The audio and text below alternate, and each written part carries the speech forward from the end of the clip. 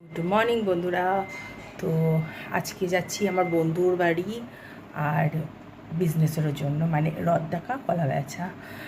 কারণ হচ্ছে যে ওর বাড়ি আমার একটু যাওয়ার দরকার ছিল। ওরা একজন অসুস্থ আছে, ওকেও দেখবো বলে।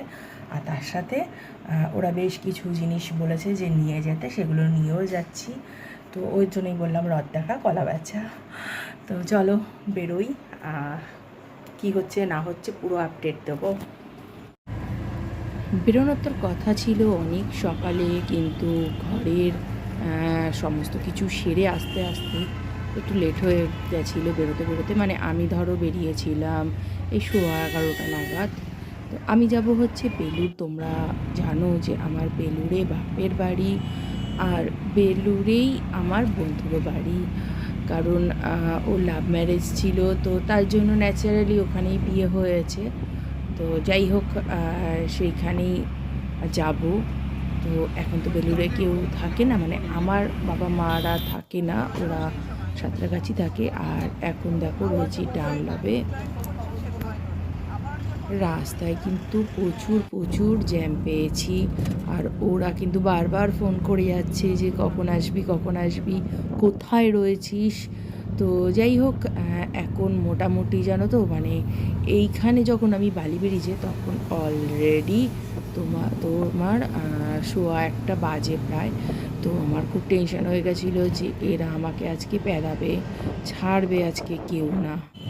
তো যাক গিয়ে লাস্ট পর্যন্ত কিন্তু পেদায়নি, ছেড়ে দিয়েছিল। মানে ওরা যখন সত্যি রাস্তায় খুব জ্যাম ছিল, আমি তো এখানে ফাঁকা জায়গাগুলো শ্যুট করেছি, কিন্তু প্রচণ্ড জ্যাম ছিল।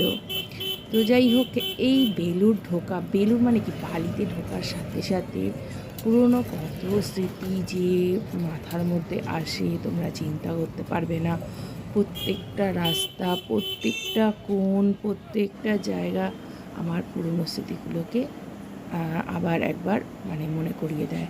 আর এই দেখো, এই ম্যাডামের 2 দিন আগে অপারেশন হয়েছে, ম্যাডামকে দেখতে এসেছি। ম্যাডাম মোবাইল ঘাঁটছে আর তার দিদি শুয়ে রয়েছে।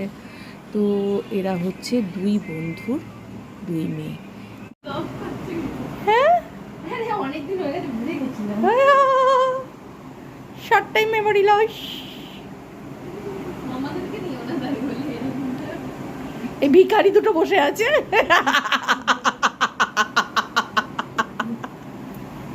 দুই ভিখারি ভিকে বলে বর বর বলে জামা নিয়েছি। এটা হেভি লাগছে, হ্যাঁ হেভি লাগছে এটা। কিন্তু এইটার সব বেরিয়ে গেছে, এটা আসার সাথে সাথে বেরিয়ে গেছে।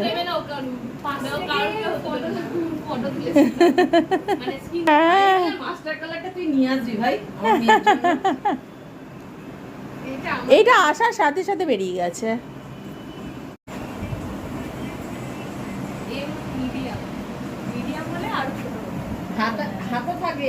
হ্যাঁ, হাতাগুলো ওরকমই ঢিলা। এই তো মানে হাতার এগুলো করবো না, কিছু হাতার কিছুই করতে হবে, বডিও তোকে কিছু করতে হবে না। যাই হোক, দেখলে তো আমরা সব ড্রেস পরে, মানে আমি যে ড্রেসগুলো এনেছি সেগুলোই তারা পরেছে, পুরো টাইল করলো আর আমাকেও পরিয়েছে। পরে আমরা 3 জনে ফটো তুলেছি। আর তারপরে খেয়ে দিয়ে প্রচুর আড্ডা মারলাম সারা দুপুর মিলে। আর এখান থেকে দেখো, ওর ফ্ল্যাট থেকে কি সুন্দর সূর্যাস্তটা দেখা যাচ্ছিল। আর এই দেখো, এইটা হচ্ছে গঙ্গা, মানে একদম গঙ্গার পাশে।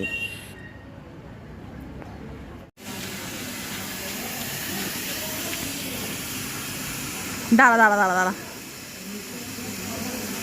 মাদেরকে গল্প বলি এইটার, কিন্তু নিতে পারবো না রে ফটোটা।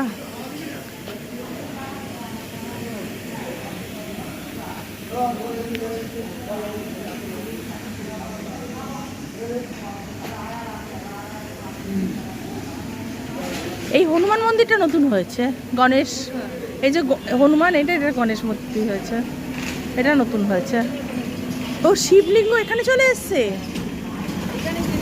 না, আগে ভেতরে ছিল, এই কোনাটায় ছিল বলছি। আরে চুপ কর, তোর স্মৃতিশক্তি। এই ভেতরে এই সাইডে ছিল, মানে ডান সাইডে ছিল শিবলিঙ্গ, এখন এখানে এসছে। যথেষ্ট মনে আছে।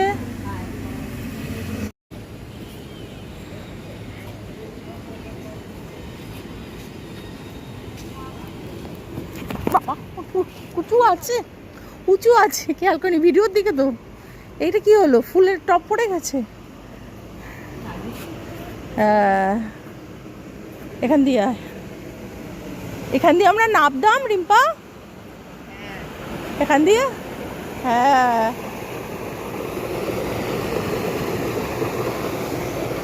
এটা নোংরা আটকাবার জন্য।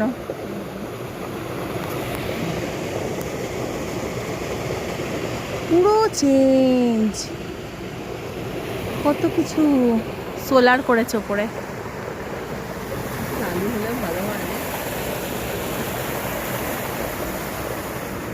এখানে বসার জায়গা এগুলো কিচ্ছু ছিল না আগে, বল।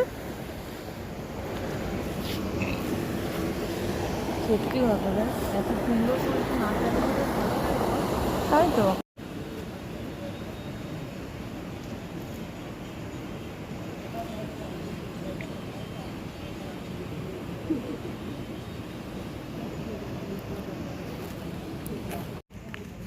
দিদা এখানে এসে জল ঢালতো, এটা শিব মন্দির ছিল কিন্তু, না আর্নিক করতো, জল দিত, ধোয়াতো, সব করতো। অনেক বছর পুরনো এটা।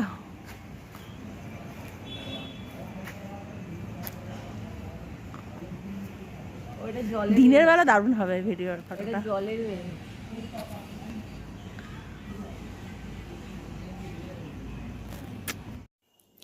যাই হোক, তোমরা দেখতেই পারলে আমরা দুই বন্ধু মিলে বিকেলে একটু ঘুরতে বেরিয়েছি, আর কত পুরনো স্মৃতি মনে করেছি। যেই মন্দিরটা দেখালাম সেটা হচ্ছে জগন্নাথ মন্দির, আমাদের এখানের বহু পুরনো মন্দির।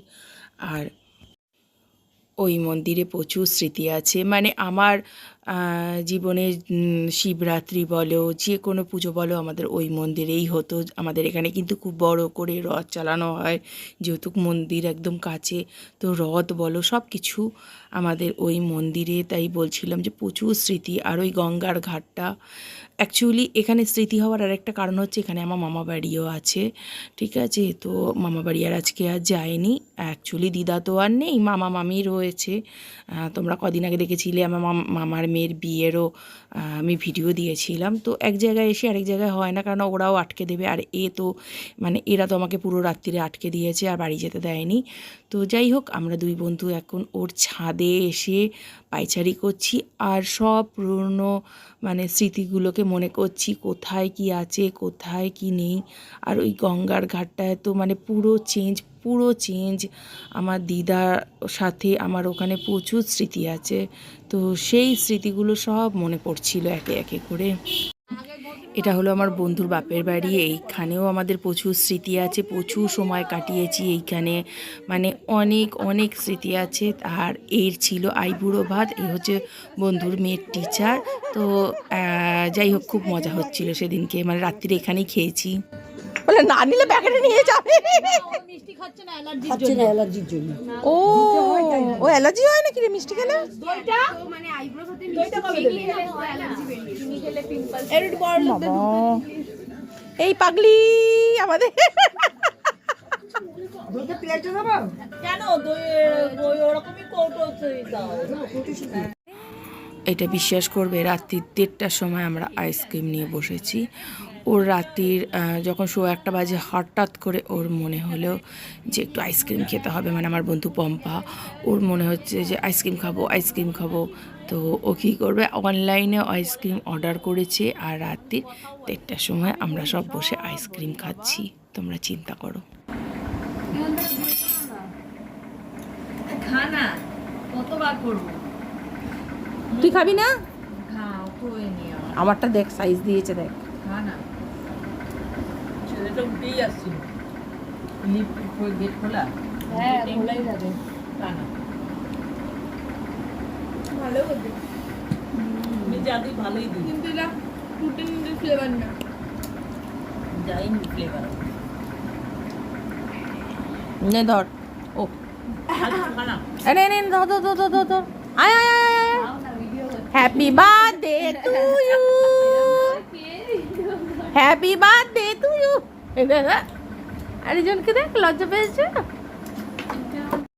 তো পরের দিন অনেক অনেক স্মৃতি নিয়ে বাড়ি ফিরছি, আর মুখটা দেখলে বুঝতেই পারবে যে মানে খুবই আমার মনটা খারাপ সেদিনকে ওখান থেকে আসতে, কারণ সত্যি মনে হচ্ছিল আরও একটা দিন ওদের সাথে কাটাই, এমনই মনে হচ্ছিল। সারা রাত আমরা জেগে প্রচুর পুরনো স্মৃতি নিয়ে গল্প করেছি, খুব মজা করেছি, আনন্দ করেছি, কিন্তু সকালবেলা তোমাকে বাড়ি ফিরতেই হবে, বাড়িতে সবাই রয়েছে, মা নালে অসুবিধায় পড়ে যাবে। যাই হোক, বাড়িতে তো ফিরছি। এবার তোমরা বলো তোমাদের আজকের ব্লগটা কেমন লাগলো। ভালো লাগলে অবশ্যই সাবস্ক্রাইব করো, লাইক করো, শেয়ার করো, আর তার সাথে কমেন্ট করতে ভুলো না। আবার একটা নতুন ভিডিও নিয়ে খুব তাড়াতাড়ি তোমাদের সঙ্গে দেখা